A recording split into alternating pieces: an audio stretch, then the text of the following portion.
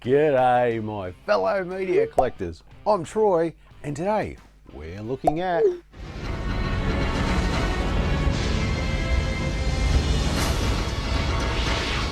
The Storm Riders is a martial arts fantasy film that was produced by Golden Harvest, Bob and Partners, Centro Digital Pictures and the Tian Shan Film Studio, and it was released into theatres on the 31st of August 1998.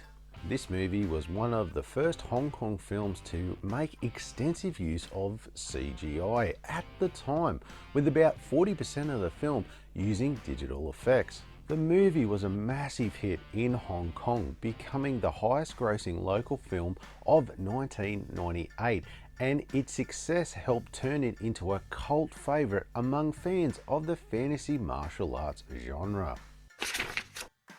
This DVD has a runtime of 126 minutes. It was first released on DVD on the 28th of March 2006. It was distributed by Pinnacle Films. The story follows two powerful warriors, Wind and Cloud, who are taken in as children and trained by the evil warlord, Lord Conqueror, to fulfill a prophecy that foretells his rise to dominance. As they grow up, Wind and Cloud become formidable fighters, but tensions rise as they uncover Conqueror's dark intentions and the truth behind their past. Ultimately, the two must unite against their master in an epic battle of destiny, betrayal, and supernatural martial arts. Now, the script for this film effectively establishes a real classic hero's journey for both of our main characters, Wind and Cloud, with their backstories and their recruitment by the villainous Lord Conqueror and their eventual rebellion make for a very familiar but very satisfying story arc. The emotional beats of the story, like revenge, betrayal and sacrifice, are straightforward, and the film is paced to showcase action and effects at the regular intervals. And while this does reduce the narrative depth of the story, it serves the film's primary appeal, which is, at the end of the day, martial arts and supernatural battles, and it does it quite well. But as a result of this, the movie comes up with some shortcomings, like the shallow character development, with some of the characters' motivations can, well, sort of feel rushed and very cliched at times. Look, some of the world building is handled through some very heavy-handed exposition rather than some nice organic storytelling, and many of the side characters, especially the female characters in this, are thinly written at best, and our main villain, Lord Conqueror, is nothing more than a very one-note, mustache-twirling villain with no real depth at all. Look, the script for Storm Riders is a mixed bag. It's narratively flawed, that's for sure, but structurally sound enough to support the film's visual ambition, and it does succeed in capturing the essence of the source material with the mystical themes and that type of stuff. But look, it sacrifices depth for speed and spectacle, which will definitely strike a chord with fans of that action fantasy, but others looking for more than the spectacle will find it lacking, to say the least. And for that, I'm probably going to give this a 17 out of 30. So this film is an adaptation from the original Manhao, I think I've pronounced that right, from Hong Kong, which, for you that are unfamiliar with Manhao, that is a Chinese language comic produced in Greater China, and the series is called Feng Wang or Feng Yang, depending on your dialect of Chinese. The film focuses on just a portion of the early story, specifically the rise of Wind and Cloud under Lord Conqueror and their eventual rebellion, as this comic spans hundreds and hundreds of issues with complex arcs and numerous character development, which of course meant many subplots and characters from the comics were cut or simplified just to fit the film's runtime. So while this film omits many specific events and characters from the comics, the film does capture the tone of the Feng Wang with epic martial arts, tragic heroes, and fantastical power struggles. Well, that does sound epic. Now for the cast, I'll just grab it from here.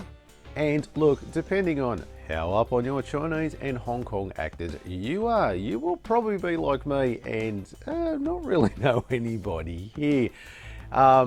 So look, I'll just go through our main actors as I usually do. And first off, we'll start with Ekin Cheng as Wind. Now, Cheng plays Wind with this quiet, stoic intensity, with his role being more about posing than actually performing. But don't get me wrong, he looks the part with the flowing robes and long hair and sword in hand, but the character is so underdeveloped that it feels like you never really get to see the full potential of what this character could bring to the story.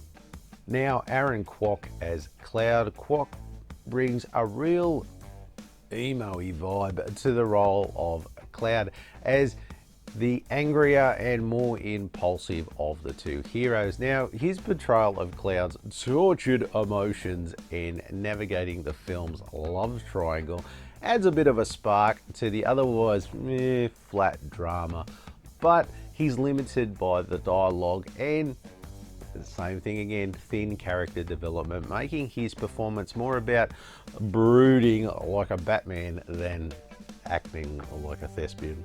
Sonny Chiba as Lord Conqueror. Look, Chiba is perhaps the most commanding presence in the film, as I have to admit, he really hams it up with his over-the-top menace and theatrical glares you would expect in a true Hong Kong martial arts film, that's for sure.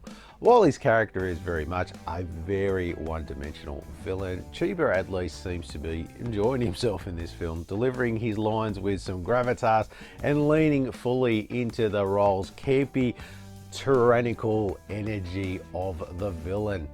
Now, last off, we have Christy Yang as Charity. Now, Yang is given the unfortunate task of playing the mostly thinly written character in the film and solely exists to be the love interest caught between Wind and Cloud.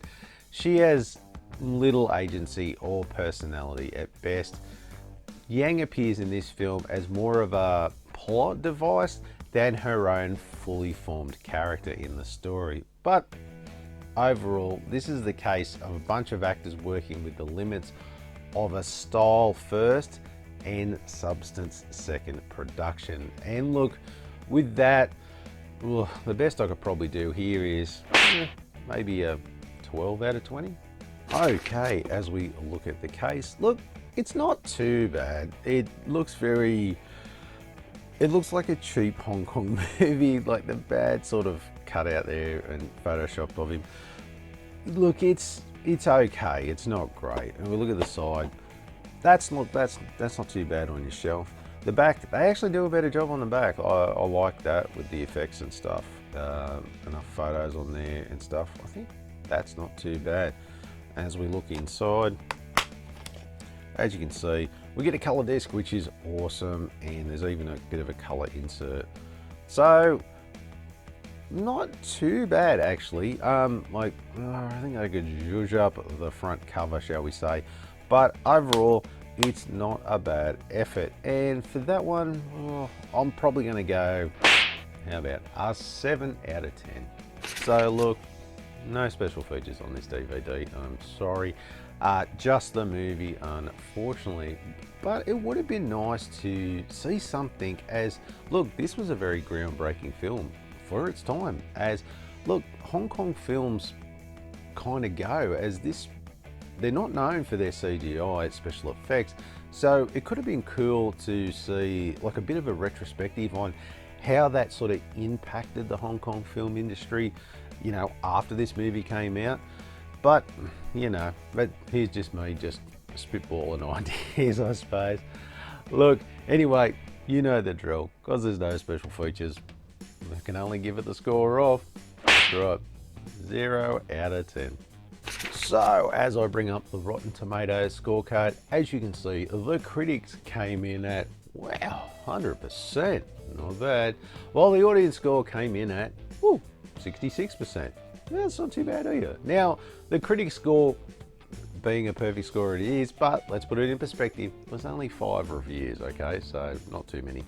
And most of them are all pretty glowing of how, not perfect, but they're pretty glowing of the movie. But the audience are not so kind, as the majority of people enjoyed it, that was pretty clear, but there were a few out there that were pretty down on it. And look, they made some valid points, I think, but as the movie as a whole, I think is enjoyable to watch without sort of nitpicking some of the shortcomings of this sort of style of movie. But anyway, look, if we round it up, or round it up or round it out, whichever way you look at it, we're going to get a score of 8 out of 10.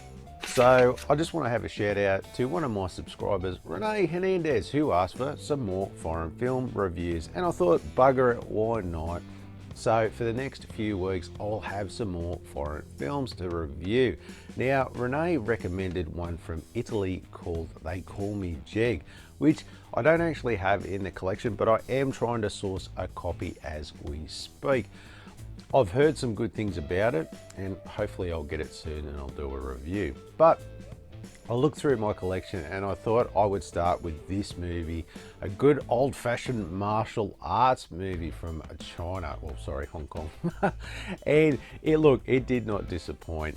I really enjoyed it. The thing I love about these types of movies is, yes, they can be super melodramatic at times and campy, but they also really get you sucked in to the story, and you really want to follow what happens to the characters and see how the story pans out. Now, the action is great, and the CGI, which was state of the art at that time, does show its age a little bit in spots, but it generally holds up and doesn't look that bad at all. Now, there is one thing in this movie that I kind of have a little bit of an issue with, but not in a bad way, just in a hold up, wait a minute, something ain't right sort of way. And if you've ever watched this movie, you'll know what I'm talking about, at least I think you will, and that is when Conqueror and Cloud are having a fight, and Conqueror manages to shatter all the bones in Cloud's left arm. And instead of just escaping to go heal his arm, he just rips his arm off. Just boom, straight out of the socket, just like that. Like, just out of nowhere, where I was just like, what the hell? But, oh, it gets better.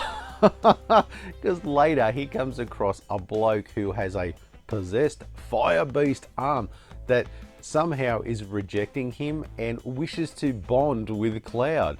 So he gets his arm cut off, and then they just pop it back on Cloud, just like that. It's far-fetched, but it's not out of the realm of possibility.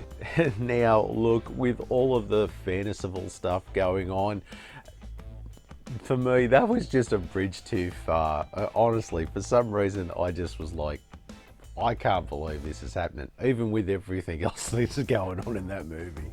Anyway, look, it is entertaining. It's a fun movie to watch with some great martial art fights and some real nice fantasy thrown in. It's like, it really captures that genre really well. And look, for that, I'm going to give it a 16 out of 20. So for availability, I'm going to put this as a 3 out of 5, as it's not too hard to find, and there are a few different versions out there, especially across the board. So yeah, I don't think it'll be too hard to find, but you will have to look for it.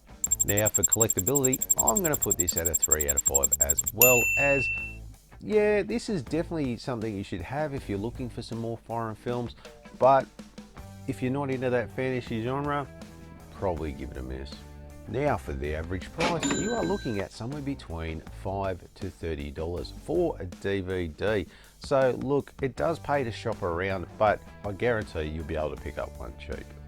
Let's go to the scorecard and see how this one shapes up.